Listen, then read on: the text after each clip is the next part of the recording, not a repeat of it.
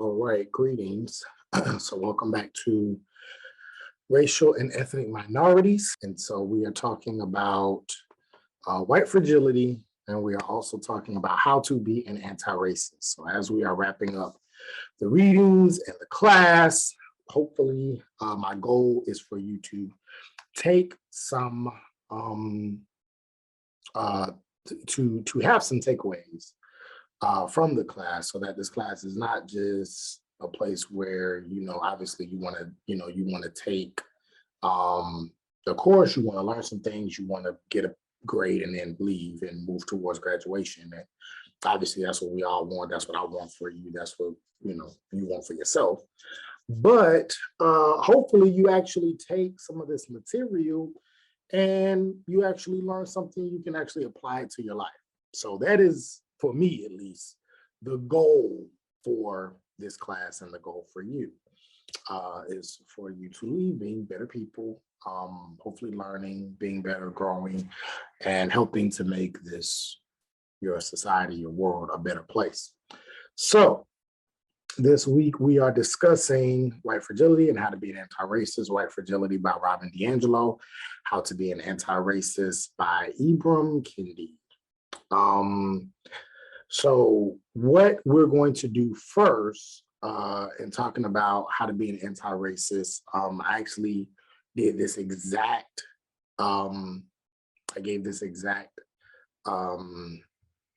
lecture in another class with the exact same information.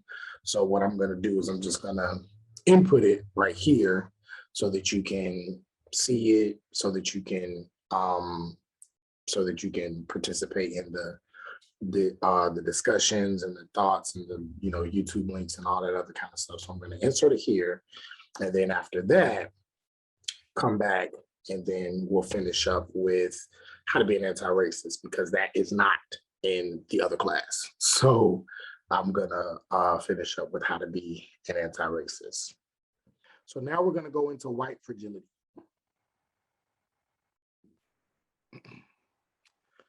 All right, so here we go.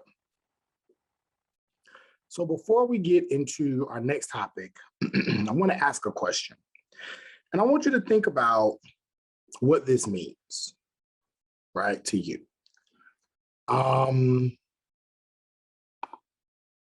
What does it mean if you identify as white? What does it mean to be white? Or how has being white shaped your life? How has being white shaped your life? And if you do not identify as white, how have white people shaped your life? How have white people shaped your life? And I don't want you to just give me the sociology answer. It doesn't just have to be, oh, because I've had privilege, blah, blah, blah, blah, blah. But you can be really honest. You're not writing this down.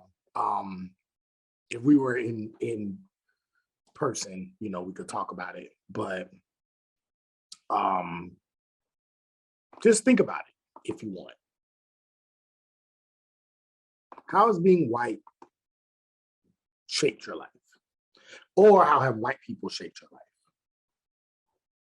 And I can give an answer that is honest. I grew up in Jacksonville. I'm originally from Jacksonville, Florida. That's where I was born and raised. And I actually did not grow up a lot. I did not grow up around a lot of white people. I didn't know a lot of white people. Growing up, especially in my early years, everybody I knew was Black. My community was predominantly Black, more poor and working class. The church that I attended was all Black. There were no white people that went to our church. Everywhere that I went, it was always Black people. So I didn't see white people until I went to elementary school. And and my mom and dad, now it would have been illegal, but at the time, they basically finagled me into being able to go to the school that was outside of my neighborhood. So that was my first time being around white people. And I had, and since then, the schools that I attended, I went to Darnell Cookman Middle School. I think it's called School of the Arts now or something like that. And then I went to Paxton School for Advanced Studies. And that's where I graduated from high school. And so those schools were predominantly white, but had some level of diversity. It would be considered, at least at that time, I'm not sure what it is now, but at that time, it would be probably more white. But there were Black people, there were Asian people, there were Latinx people, there were people of different groups. And then from there, I attended Florida. It was called FCCJ, Florida Community College. Now I think it's called Florida State College. And so in all of my experiences, then I ended up going to HBCUs, and then I graduated got my PhD at a predominantly white institution. So I've had different varying experiences, been around different racial groups. Sometimes I'm the minority, sometimes I was the majority. And my experiences with white people, at least early on in my life, most of the time were either average or not that great. Whether it was a teacher or whether it was friends, well, not friends, but like classmates, things like that. It was rare that I would get these explicitly racist remarks. That was rare. Sometimes they did happen though from either teachers or classmates. But it wasn't like it happened every day, like some people may think about in maybe like a pre-civil rights era. But it definitely happened. But as I got older, I realized that white people looked at me differently, as opposed to me necessarily looking at them differently. So depending on where I was or what I've been through or what I had achieved or accomplished, that shifted. I saw a shift in the way that white people would then react to me. So I've had some negative experiences. I've also had some positive experiences. There have been some white people in my life that have helped me become the person that I am. And they were there to kind of help move me along. This typically happened in more of the latter part of my academic journey. It didn't happen much in Jacksonville or like with teachers or anything like that. That didn't happen much. I'm really trying to think, and I can't really think of that happening, like having a mentor. Now I did have a Mexican teacher. He was a mentor. He was great. And he actually inspired me a lot, but not many white teachers who did that kind of thing. But later on in my academic journey, I did have like white professors who helped me. I had white colleagues who helped me and provided me with opportunities. And definitely even now in my journey through a PhD, I have white colleagues who definitely helped put me in positions. So it became more positive as I got older, but early on, not so much. So that would be me answering that question, right? I guess it just depends on what part of life I'm in, whether it was positive or negative, or sometimes it just wasn't either. It was more indifferent. So that would be my answer. So just think about it. So what we're going to do in this next slide is we are going to talk about what's called white fragility.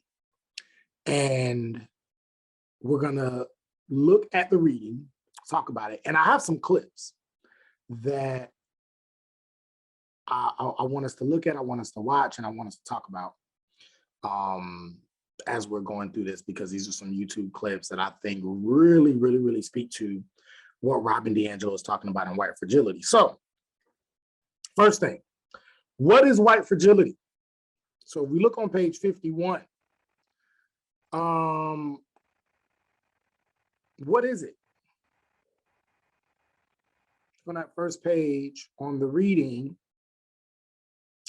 And it says, and I will absolutely ask you this on an exam or something. What is white fragility? White fragility talks about how being white shapes our perspectives, experiences, and responses. White fragility helps us to understand how white people become so difficult in conversations about race. So when we ask, what is white fragility?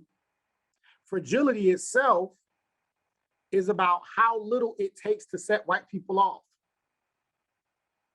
That's the fragility part. If somebody is fragile about something, that means when you talk about this particular thing, it sets them off. What's going on? Why would you do that? White fragility in this text talks about why when we discuss race, white people get sensitive. That's what Robin DiAngelo is asking. Robin DiAngelo is white, by the way. And so, and her line of race studies is whiteness. There's a line of race studies called whiteness. So if you're white or you're non-white and you're just interested in that line of race studies, then there's a whole set of literature for you. So how little it takes to set white people off is what we call fragility, particularly white fragility, and how we need to understand, or how being white shapes white people's perspectives, experiences, and responses. So then, what does it mean to be white? And oftentimes it means to belong. It means to be a part of something, but guess what? And still be an individual. Because whiteness in the American context is based off of individualism. The US is based off of a lot of our laws, culture is based off of what? Individualism. I can do what I want.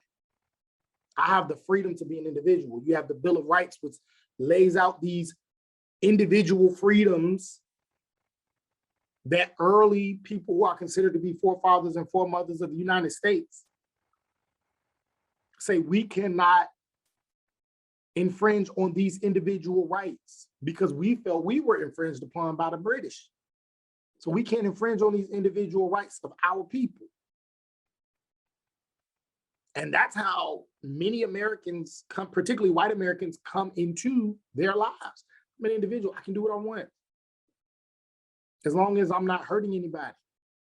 And to some degree, even if I do, depending on what it is, depending on what we're talking about, how much am I hurting them? And is it still going to be beneficial to me, i.e. slavery? Or how can I shape the narrative so that I'm not hurting someone, I'm hurting something, i.e. enslaved African people are considered to be things and property and not human beings.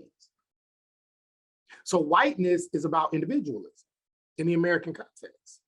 And it tends to hold fast to this idea of merit. If I work hard, I can achieve success.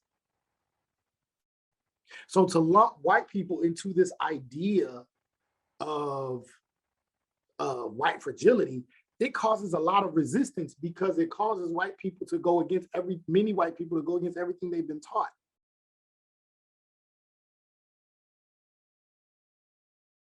You mean just because I work hard, that doesn't ultimately mean that, or just because a person works hard doesn't ultimately mean they're going to be successful? No, because there's a thing called privilege. It goes against everything they've been taught. It goes against what is often seen in the American literature and in their American history classes. That's why it's important to teach these things at a much younger age.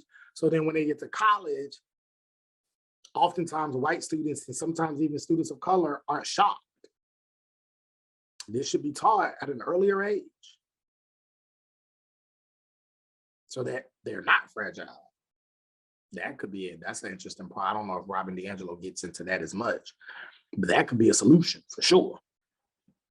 So they're not as fragile when people bring up race or when people bring up slavery or when people bring up um, um, not Oregon Trail, but the Trail of Tears, or when people bring up World War II, people bring up Hiroshima and Nagasaki and internment camps and all kinds of stuff. Also, when people bring up Pearl Harbor, people bring up 9/11. People bring up all of these ways in which things that can be linked to racial resistance or racial disharmony come up in conversation. It could just be a part of learning. And it doesn't have to hit people to a point where they're sensitive about it. So again, whiteness means to belong. So then how does Robin DiAngelo explain this in the text, this idea of belonging? How does she explain this in the text? Right? She talks a little bit about the fact that when you belong, it's not just that you're a part of a community, people see you as normal in that setting. You're normal in that setting.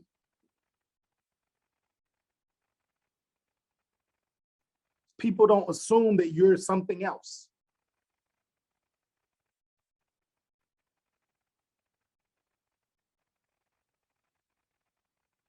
And then she goes on to talk about how oftentimes Black people or Latinx people, when they're in certain settings, they're seen as being lower, or they're not appreciated, or they're not respected in the same way as if a white person was in that setting. Oftentimes people of color are seen as being the help, the janitor, the assistant, even if they are the person in charge, even if they own whatever it is that is there.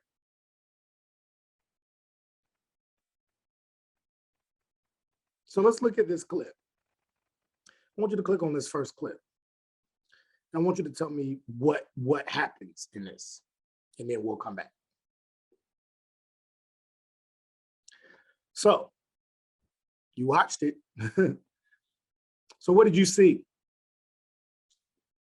You saw this man, white man, and seems to be important, seems to know what he's talking about, speaking very confidently about whatever it is. He's talking to BBC News.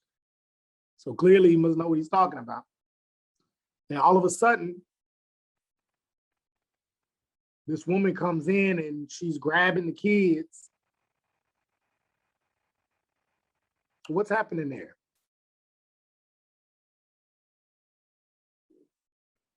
Who's that woman?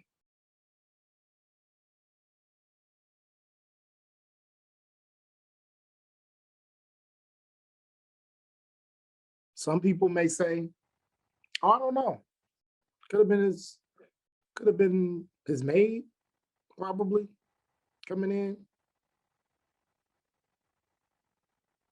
Some people say, oh, could have been his wife. I don't know. Somebody who came to visit his house.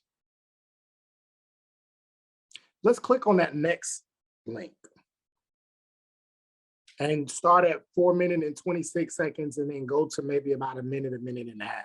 Click on that link, start at about 4 minutes and 26 and then go about that long, and then we'll come back. So you see that this was his wife.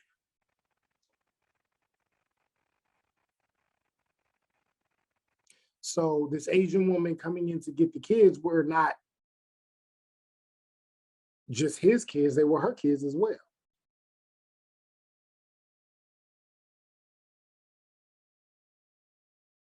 And so this tells us about belonging. Some people may argue because he's a white man, he belongs. Nobody's going to question his authority or if he owns the house or anything. He's white. He's good. But this Asian woman, she could be a wife, but she could also probably be the maid.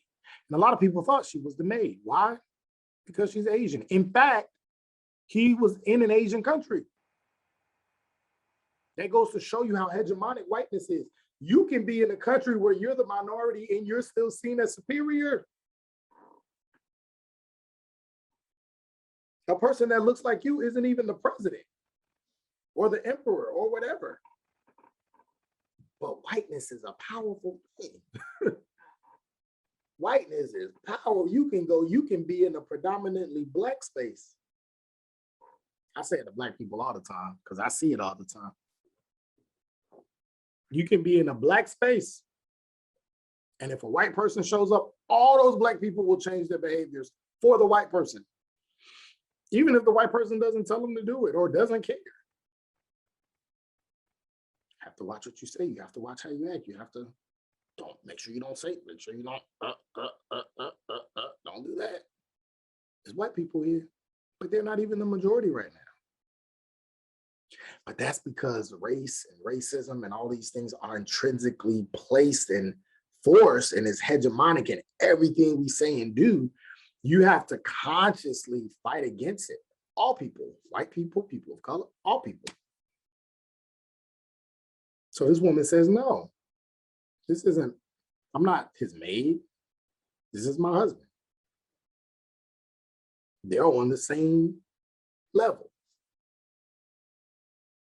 But that's what belonging is. Whiteness is belonging. Whiteness is always looking like you belong, even if you don't, or treated as if you belong, even if you don't. Which kind of goes into this next notion of the freedom from the burden of race. And the freedom from the burden of race. Let's look at that.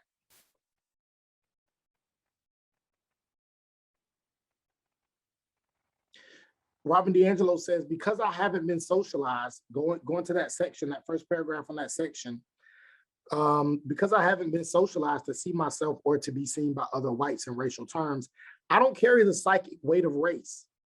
I don't have to worry about how others feel about my race, nor do I worry that my race will be held against me. While I may feel unease in an upper class environment, I will take for granted that I belong racially in those settings. I certainly will not be the only white person there unless the event is specifically organized by or celebrating people of color. George Zimmerman would not have stopped me as I walked through a gated suburban neighborhood. So there's this burden of race where people of color often wonder, am I going to be the only one there? Black people ask themselves a question all the time. How many black people are going to be there? Or how many white people are going to be there? Or is this a diverse place? All may not, but a lot of us do. Right? But that is something that comes up among conversations with people of color. And white, at least according to Robin DiAngelo, white people don't really ask themselves that question that much. How many white people are going to be there? Or is it going to be diverse? Because there's just this automatic assumption that I don't really have to think about my race like that. Because my race is what? Normal. I belong wherever I'm going. Not to say there may not be some level of singularity, right? If you have a white person in a predominantly black setting, maybe a predominantly black church or predominantly black college and university or whatever, you may get a few looks, but very rarely would there be anything intense, right? Also, with the freedom from the burden of race, there is not this idea that whatever I have, I earn. Because people of color oftentimes wonder, did I get where I am because of my race? Did they only hire me because they needed a black person? Do my stats really, really matter here?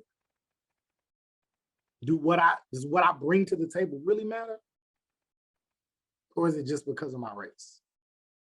And Robin DiAngelo is saying white people don't really have to think about that. They just kind of, Not to say white people don't deal with what they call imposter syndrome. Everybody deals with imposter syndrome, but not in terms of race. It's more so in terms of, ooh, now how can I live up to whatever is expected of me? And I don't know if that is racialized. That's probably more of a psychology question. If you have a psychology class, you'll know more about that than I would.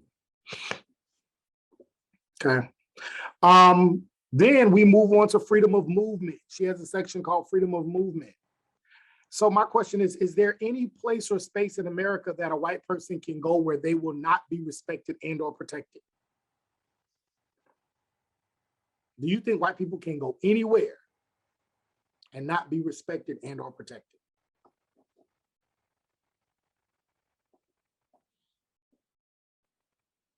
Some people may say, yeah. Yeah. Let's say, for example, you go to the basketball court and it's a bunch of black guys on the basketball court. And then the white guy shows up with his basketball. First thing you may hear, if we're honest, what this white boy doing on the court? He don't know how to ball. He can't play ball. Or maybe he can, and he wouldn't come up here if he couldn't. Let's see.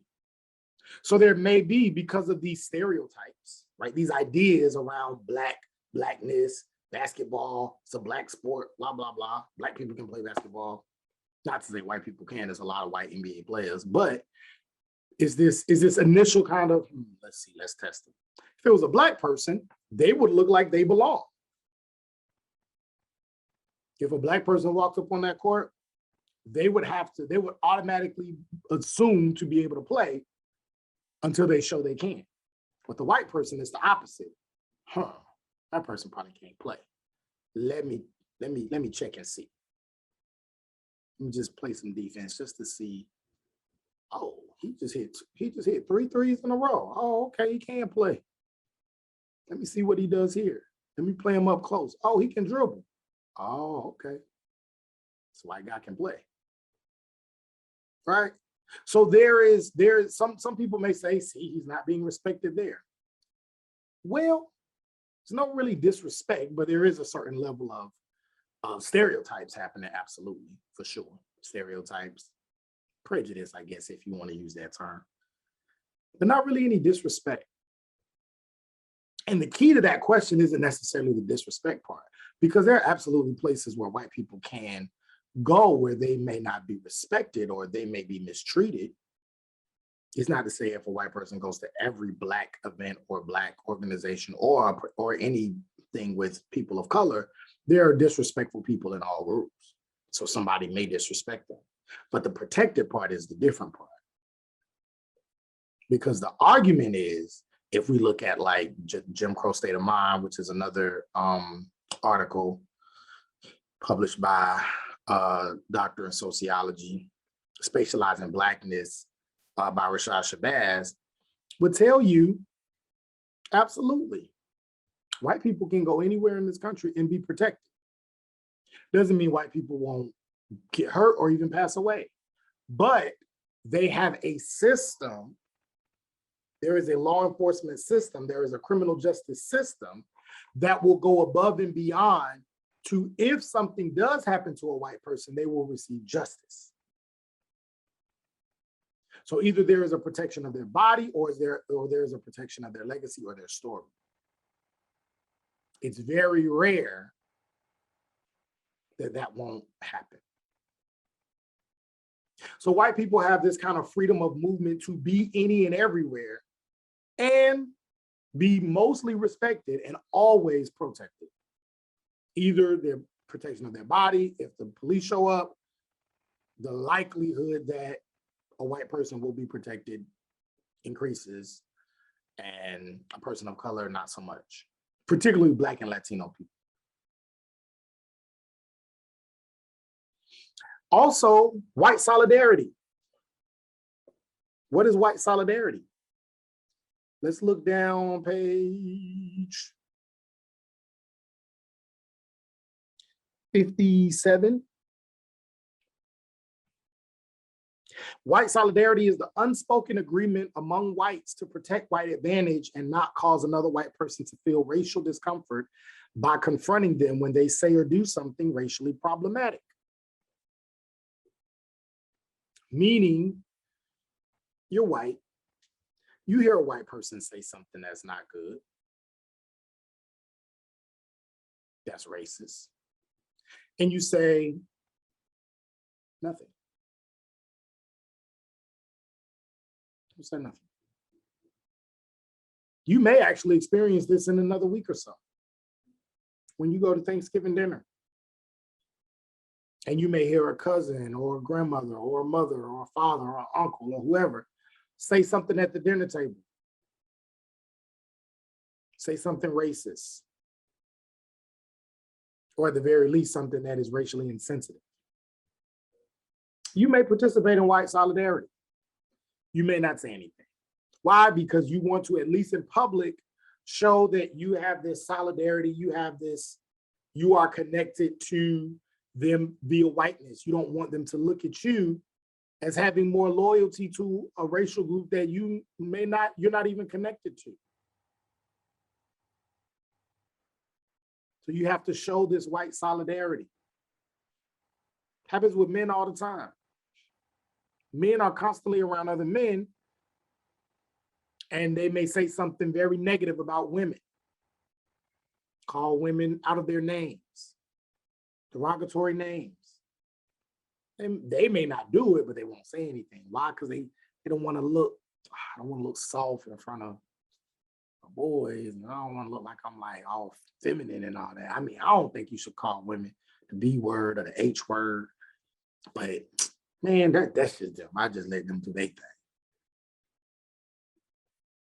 Well, I'm not racist, but I know my grandmother, she says things and she's just from a different time. But I love my grandmother. I don't really want to say anything. I just let her just believe what she want to believe. That's white solidarity. And white people participate in it. And that is a way of silently still reinforcing racism by staying quiet. And oftentimes what we find with people who are the ones who are kind of helping other people participate in white solidarity, these people have this idea about the good old days. The good old days. The good old days says, as a white person, I can openly and unabashedly reminisce about the good old days, romanticize recollections of the past, and calls for a return to former ways, a function of white privilege, which manifests itself in the ability to remain oblivious to our racial history. Claiming that the past was socially better than the present is also a hallmark of white supremacy. And I wish we can go back to, those days when things were this way.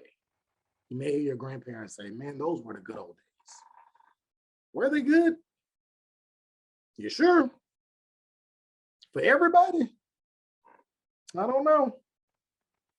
Maybe for people that look like you, they were great. Maybe for people that look like other people, not so much. I want you to click on this link to look at how this idea of the good old days has been politicized.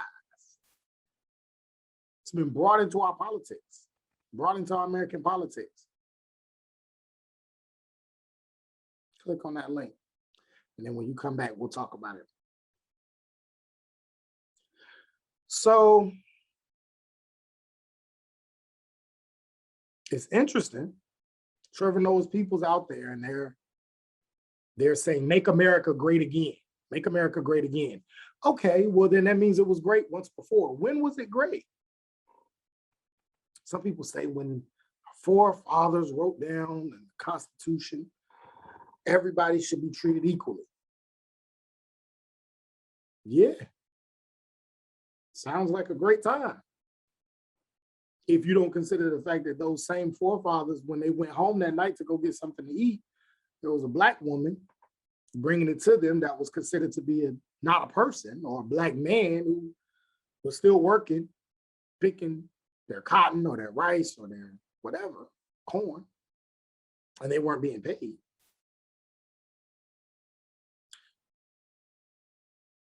When was America great? Oh, America was great when we gave women women's rights. Well, Black women still didn't have rights at that time. Civil Rights Act wasn't passed until 50 years after that. The Voting Rights Act for everybody wasn't passed until 50 years after that. Was it really great? Make America Great Again. When was it great? Well, the first time that slogan became significant was in 1980s with Ronald Reagan. Was that when America was great? Some people may say, yeah.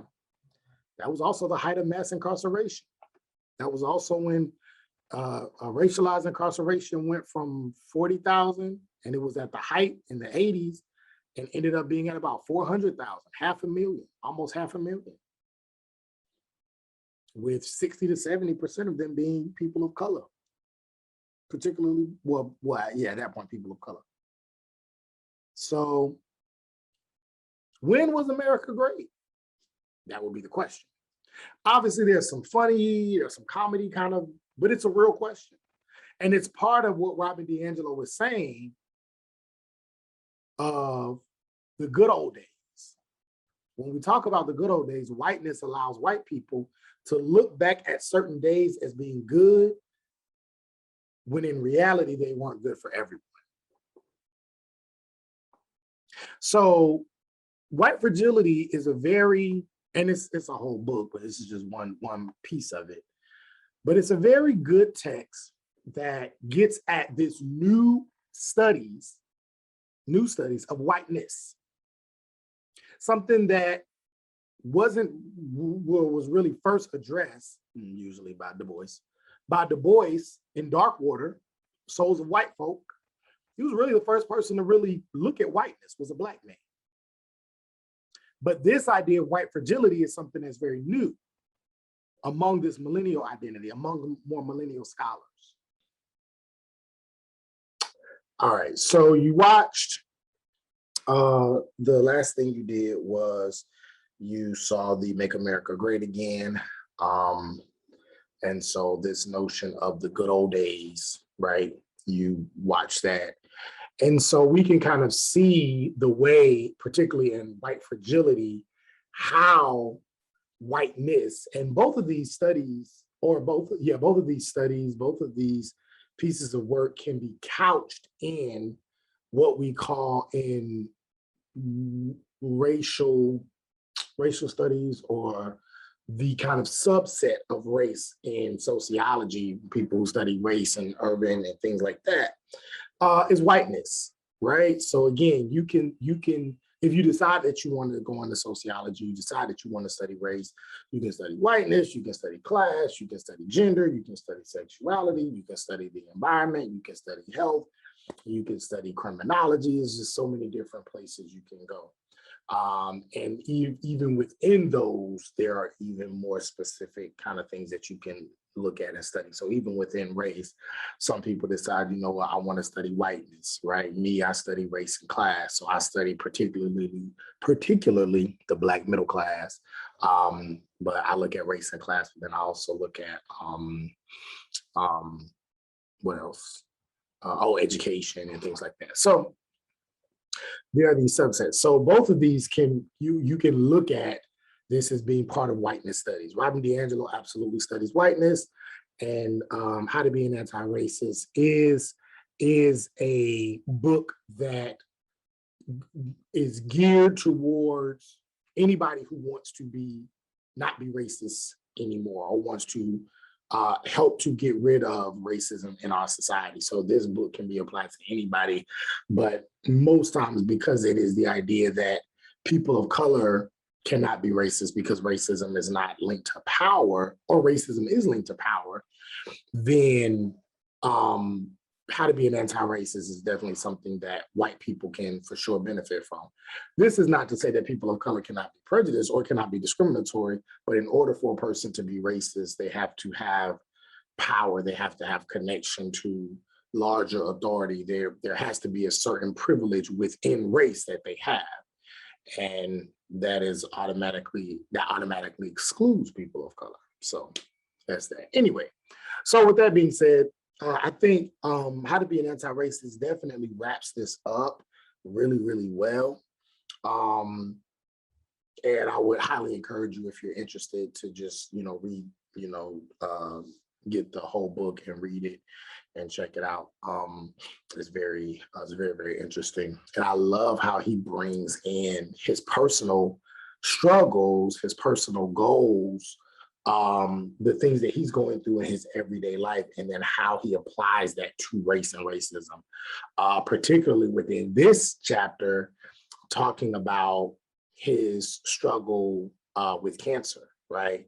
His struggle with cancer is huge, and how he connects that to racism. So we'll talk about that in a second.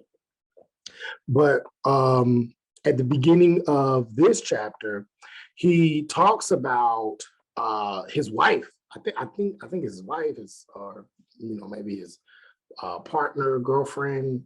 I'm not really sure, but and I think he talks about it more in the other parts of the book. But having cancer, and again, he then finds out that he later has cancer, right? And so he's thinking about this notion of cancer, not just in the medical sense, not just in the biological sense of him having it, but also in the sense of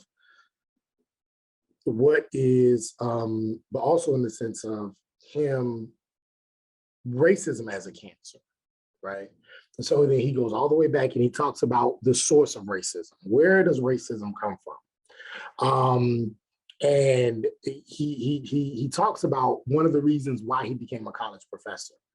And he became a college professor because he said he wanted to educate away the ideas of racism.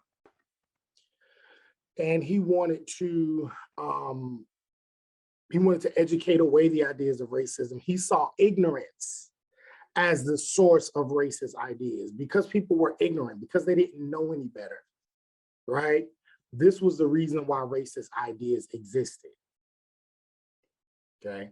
And we actually talked about this in one of my other classes. I believe it was my sociological theory class, where we talked about James Baldwin and Ta-Nehisi Coates, and how James Baldwin and Ta-Nehisi Coates wrote very similar books, one published in 1963, one published in 2015.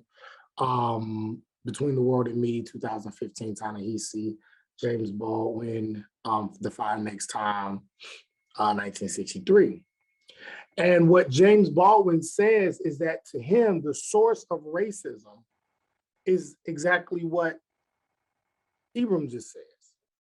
It is the ignorance that white people have, the miseducation that white people have about race, about racism, about privilege, and about the world in which they live.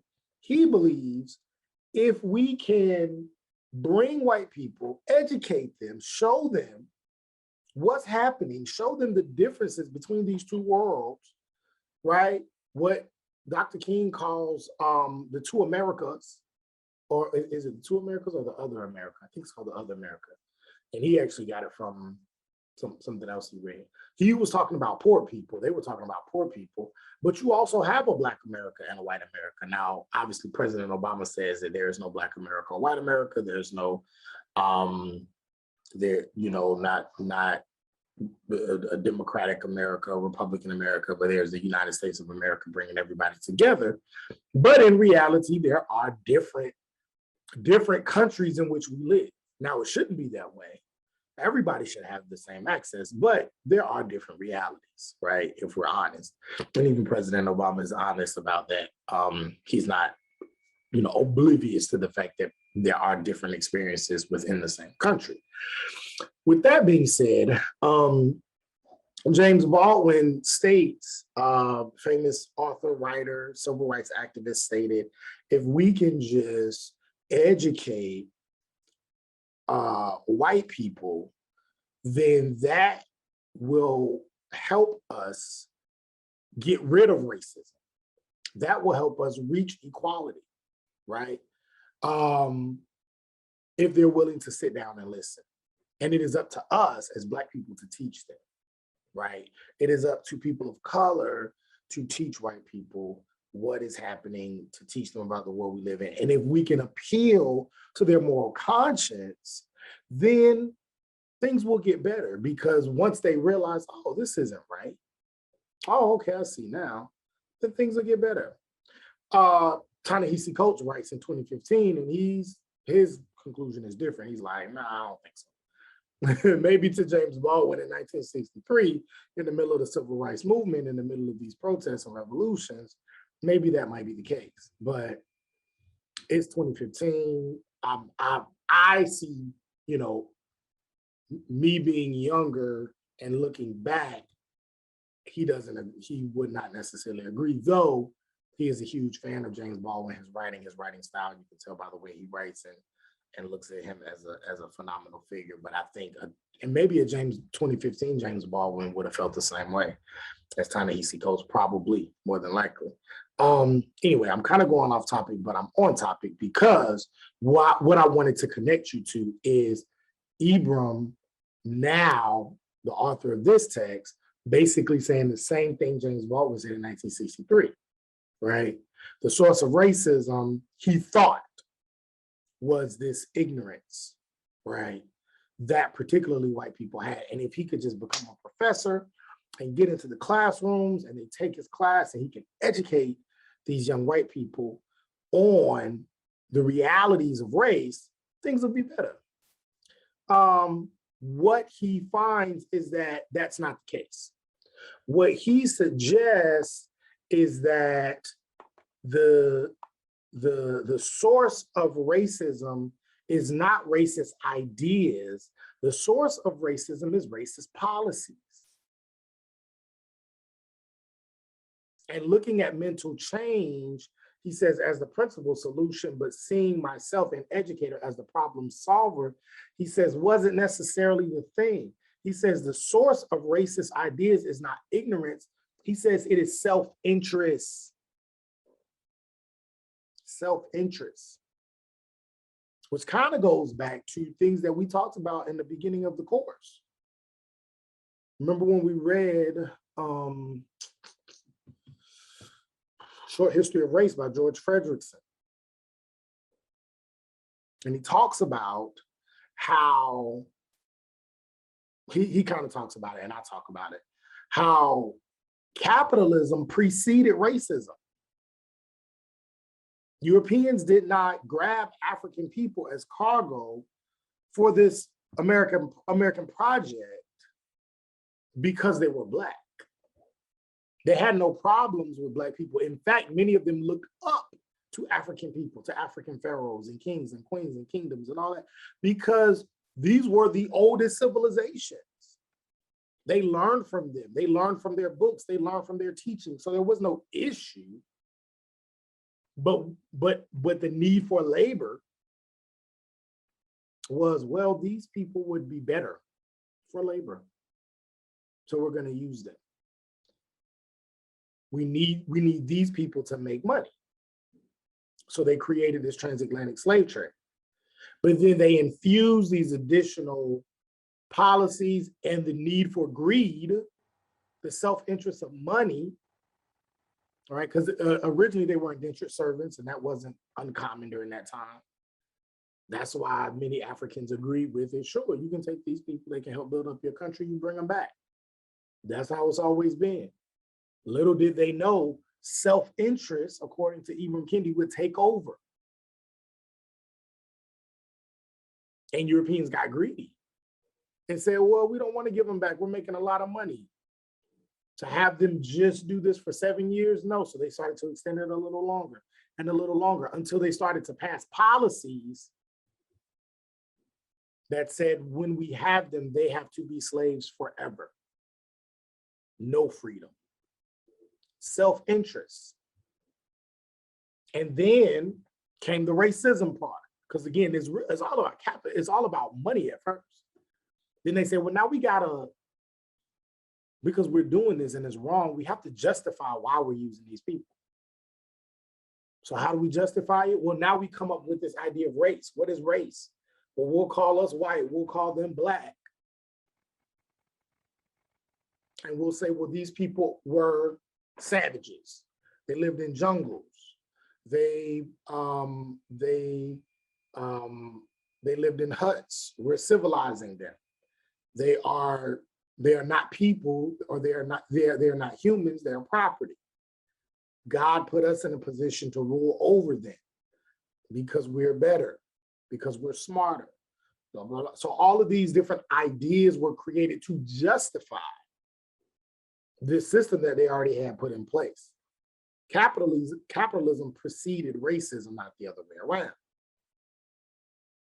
And a large part of capitalism is what? It is self-interest. And so when we look at, according to Ibram, when we look at the history of racist ideas, we see that it is a history of policymakers, according to Ibram.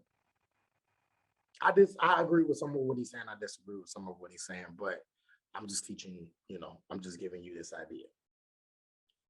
So he says that the history of racist ideas is the history of powerful policymakers creating racist policies for what? For self-interest. And then they use these policies to push out racist ideas. So for him, he's saying racism didn't just come about out of these ideas. They came about because of the self-interest of Europeans, of early Americans, of early US citizens. Well, they were British citizens and then branched off and became their own country, US citizens. And they started to create laws like the Three-Fifths Compromise, the Fugitive Slave Act. If a person is born of slave blood, they have to take the status of the mother, not the father. Why was this done? So that this can allow for the raping of African women, while still controlling the sexuality of white women. That means white woman, if you get pregnant by an enslaved man, that child is free. But white men, if you rape an enslaved woman, your child can still be enslaved. You're not losing money. Now it's your self-interest sexually that you're able to maintain, and your financial self-interest. And how is this played out? Through a policy, through a law. There was an actual law that was voted on that allowed for this to happen. That's just one small example. All right. Other examples. How were eventually enslaved people were allowed to be later on freedmen after the Civil War? There was a policy, the 13th Amendment, 14th and 15th Amendment. How was this undone during Jim Crow? There was another law that was passed, Plessy versus Ferguson. It was through that court case that said separate but equal was constitutional. And how was that undone? That was undone through another law some 70 years later, or 60 or 70 years later, that said you cannot keep students from going to certain schools based on race. That undid, but so there's these laws, policies.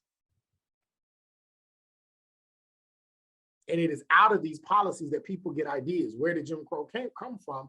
Jim Crow ideas were secured out of the Plessy versus Ferguson verdict that that allow for certain policies to be put in place.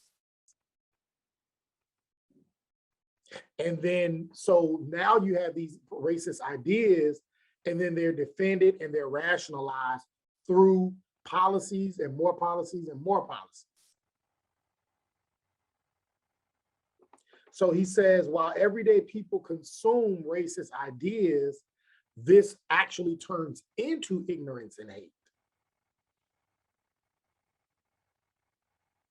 So it is the policies that creates the ignorance and creates the racist ideas that creates the ignorance and hate. So what he's arguing is that if we just treat the ignorance, then all we are doing is treating the symptoms. He said it's like if you have cancer and you go to the doctor and they're treating all of the symptoms of the cancer, but they're not actually doing anything to make that tumor shrink in your body. That's the problem. So we can't try to beat ignorance and hate, because ignorance and hate really just stems from being allowed to practice these ideas. And how are you allowed to practice these ideas? Because of policy.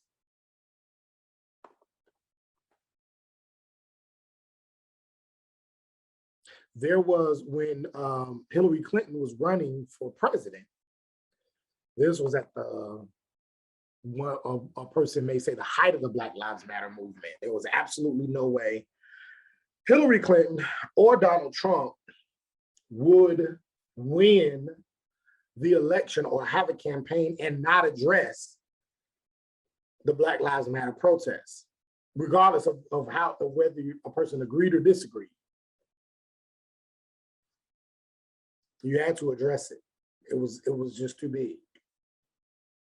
And someone asked Hillary,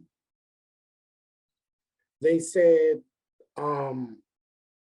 asked her about what she wanted to do about racism. I can't remember exactly how this went. I hope I tell the story right. I want to say they asked her about what she was going to do about Black Lives Matter or something like that. And she gave a response that they didn't like. I thought it was good. But she said, my job is not to make people non-racist. That's not what I'm trying to do. I'm not trying to convert or convince people not to be racist or not to hate, because I can't do that. What I can do is fight for policies and laws and legislation that make it difficult for those people to carry out those ideas and execute them. I can make it difficult for them to be protected by the law. That's what I can do. And so she didn't say it like that. It was more of a quicker kind of explanation, but that's essentially what she was trying to say, and the person didn't like it. But I understood what she was saying. Because during the civil rights movement, the idea that James Baldwin had was very much the idea that Dr. King had. Dr. King said, we want to appeal to the moral consciousness of this country. We believe in the democracy. We believe of what this country wrote on paper. And if we can just appeal to that and bring this to their attention, things can get better. The Black Power movement, Stokely Carmichael, his people, Malcolm X, that line of revolution, that line of protest says, no, I can care less whether you like me or not. What matters to me is how you're able to treat me. That's the important thing. I can defend myself.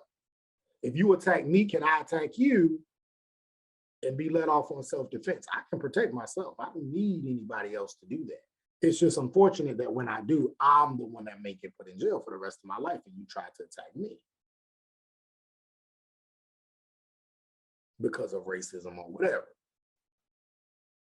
So it's what is allowed and not necessarily how a person behaves. And this is the shift that Ibram is making.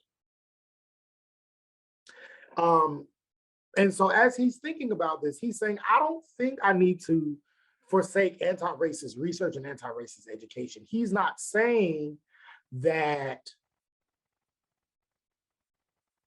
what I'm doing is wrong. He's not saying he should stop being a college professor.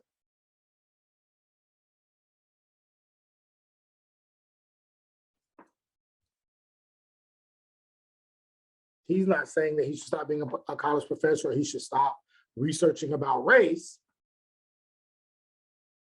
But he's saying I needed to forsake my orientation to anti-research and education. And I needed to make sure that I was not just researching and educating to change the minds, but that I was researching and educating to change the laws. That is what his goal was. At the same time, though, it's not to say that minds shouldn't change. We should. If while we're doing this, people's minds are changing, that's absolutely great. Why? Because those minds could soon be the minds that enter into the spaces of power. We talk a lot about the Brown v. Board of Education. We talk a lot about the civil rights movement. But if I'm honest, could that have happened without Chief Justice Earl Warren? It was a white man who was the Chief Justice on that Supreme Court. And he actually, which I do think a documentary should be made about that gentleman. I really do. Because he passed a lot while he was in his position. There were a lot of laws that were passed and that were allowed that created the environment for the civil rights movement to be successful. We have to be honest about that. Not a lot of people talk about Chief Justice Earl Warren, unless you like a pre-law or you go to law school.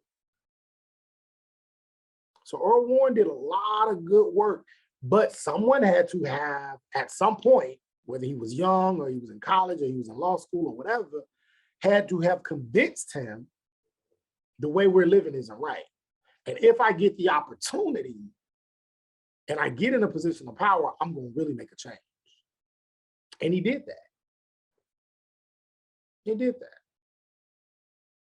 So my response to the brother who wrote this is I do believe in policy more so, but changing the minds, yeah, that's still important because it is those minds that get into those who in 10, 15, 20, 30 years we're voting for in Congress, in the Senate, to be judges who go on to be Supreme Court judges, federal court judges.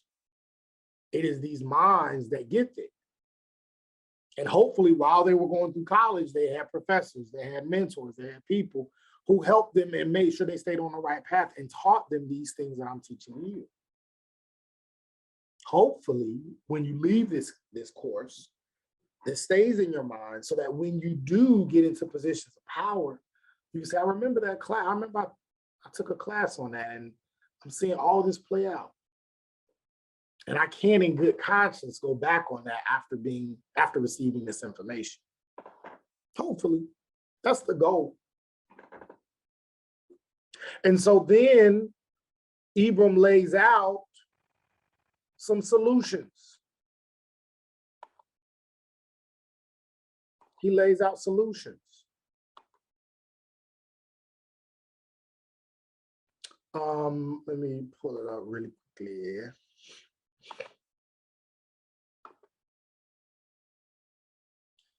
Um, 141. Oh, so if you go to page 141, he said, these are the steps that we could take to eliminate racial inequity in our spaces. Number one, admit it. Admit that racial inequity is a problem of bad policy, not bad people. This is what he believes. It's not about bad people, it's about bad policy. Number two, identify racial inequity in all intersections and manifestations. Again, intersectionality, we have to address it. It's not just about one part or one area. You can't just say, oh, we got to go to the South. You know, the South is known for being racist. No, it's everywhere. The South, the North, the West, the Midwest, the poor areas, rich areas, and classrooms, on the streets, in churches, everywhere. Investigate and uncover the racist policies causing racial inequity. Look at these policies. What are the racial implications? Invent or find anti-racist policy that can eliminate it. Brown v. Board eliminated a racist policy. Other policies eliminated a racist policy. Figure out who or what group has the power to institute an anti-racist policy. Who can do this work? Who institutes policies? Legislators. Congress. Who puts them in office? Voters. Who can take them out of office? Voters. Who can demand what it is that they put forth? Voters. Disseminate and educate about the uncovered racist policy and anti-racist policy correctives. Talk about it. Talk about this work that Ibram is putting forth. Work with sympathetic anti-racist policy makers to institute the anti-racist policy. So people should work with these policymakers to make sure that this comes about. Deploy anti-racist power to compel or drive from power the unsympathetic racists. So those people who are not doing this anti-racist work, get them out of office. Monitor closely, oh, I didn't finish that, unsympathetic racist policymakers in order to institute the anti-racist policy. Monitor closely to ensure the anti-racist policy reduces and eliminates racial inequity. It's not just about putting the law out there. Now we got to look at that law and make sure that law works the way we want it to work. Don't just say, oh, we got the law passed, now we're good. Make sure it's working. Make sure people are executing it. And if not, there needs to be a punishment for that. When policies fail, do not blame the people. Start over and seek out new and more effective anti-racist treatments until they work. I'm not sure how much I agree with that. But if we're going to focus on policy, then we need to create laws and policies that will work to ensure that people are following them and to ensure that if you don't, there's a punishment involved. Monitor closely to prevent new racist policies from being instituted. Because remember, we live in a republic. So representatives change. People change. Politicians change. Presidents change. Senators change. So we have to stay on this all the time. This has to be a regular part of our everyday voting patterns.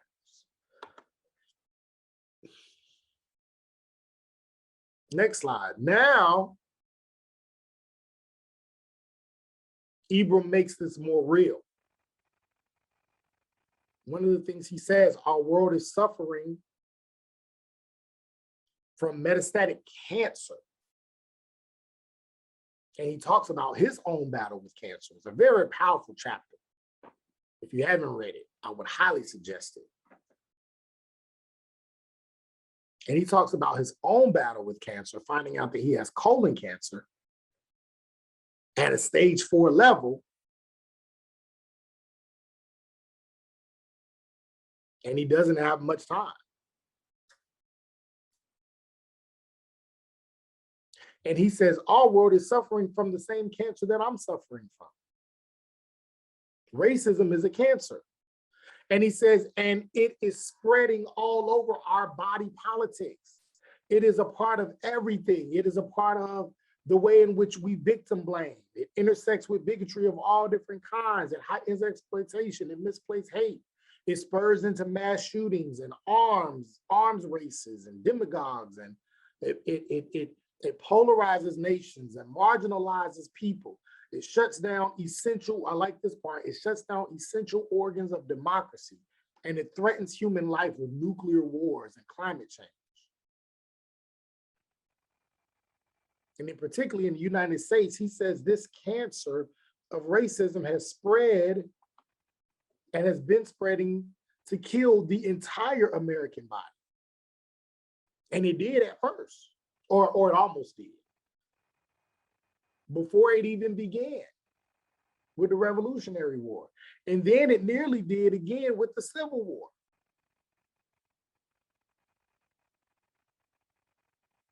But very few people, unfortunately, will look inside their body of their nation, of the racial inequities, of the neighborhoods, the racial inequities in their neighborhoods, the racial inequities on their jobs and in their institutions, and will admit that this exists, that this cancer exists. He said, just like me, when I found out that I had cancer, the first thing you do was what? Deny. You did, oh no, this can't be. It's not happening. Dude.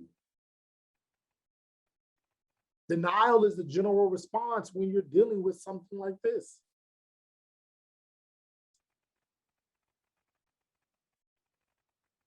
It's the popular strategy. But he says denial is like suicide. You're killing yourself when you deny these things. And he says it's much easier than admitting it. But when you admit it, when you confess it, I do have this cancer, this does exist, cancer is likely to kill me, but I can survive it. Now you can deal with it. He says, when people say my society is racist, it's at its most serious stage, and this can kill my society, this can kill my country.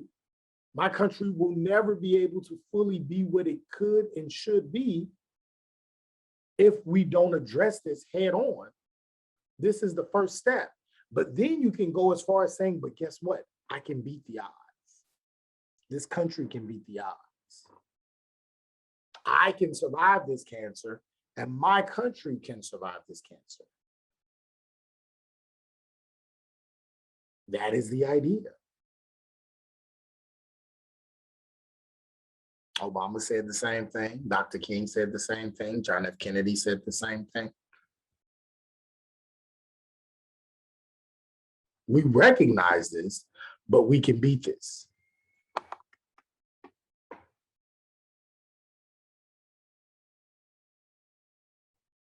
And most people, when they're dealing with the healing process, dealing with a chronic disease, they want to be as comfortable as possible. They try to make themselves feel as comfortable as possible. But pain is essential to healing. You have to feel the pain. You have to feel hurt. You have to. This is when you know that the work is being done.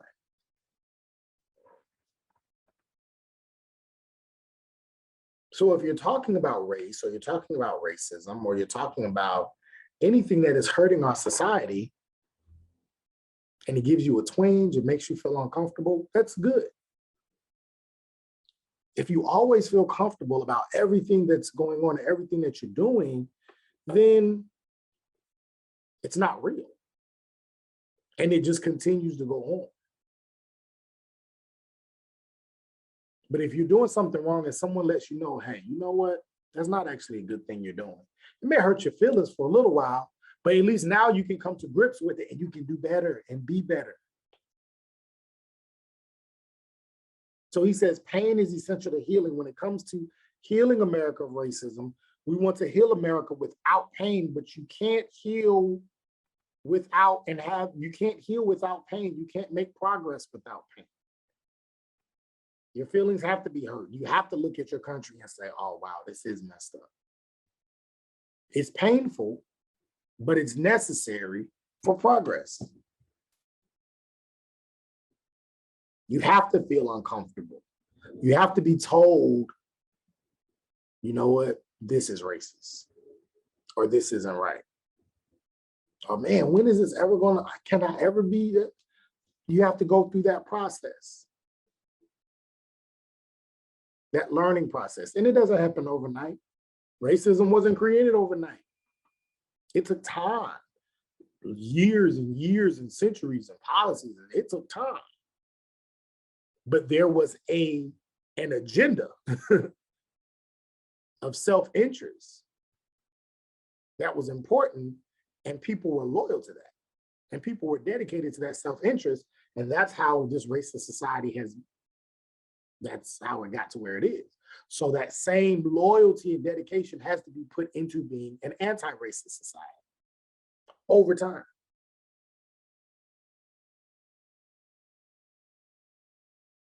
And so these are some of the things on the next slide that Ibram says we can do to heal the US body of the cancer of racism. If you don't read it, he actually does fall into that 12% that survives the stage 4 colon cancer.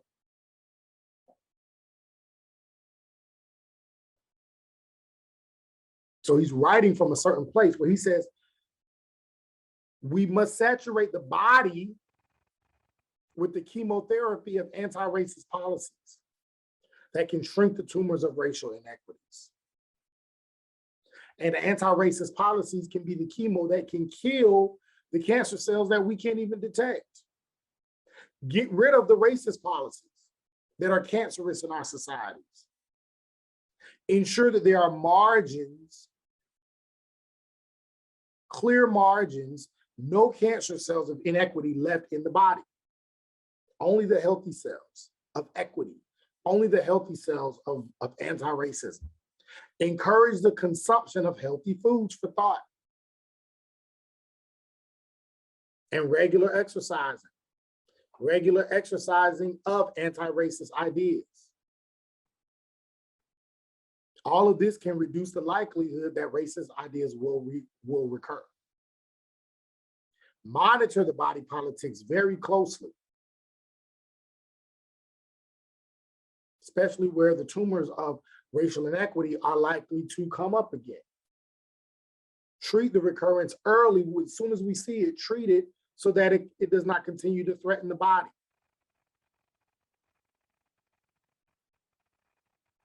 But what does he say we have to do before we do all of this? He says you have to first believe that this can be done. Believe in the country, believe in the process, believe in the people, believe in the democracy. When you can believe that it can be done, then all is not lost for you and for the society. So a very, very powerful text by the good brother Ebro. I highly encourage you to read it in its entirety, the book, or at the very least the chapter. If you come back, you're going to have an exam soon, so make sure you are studying for that.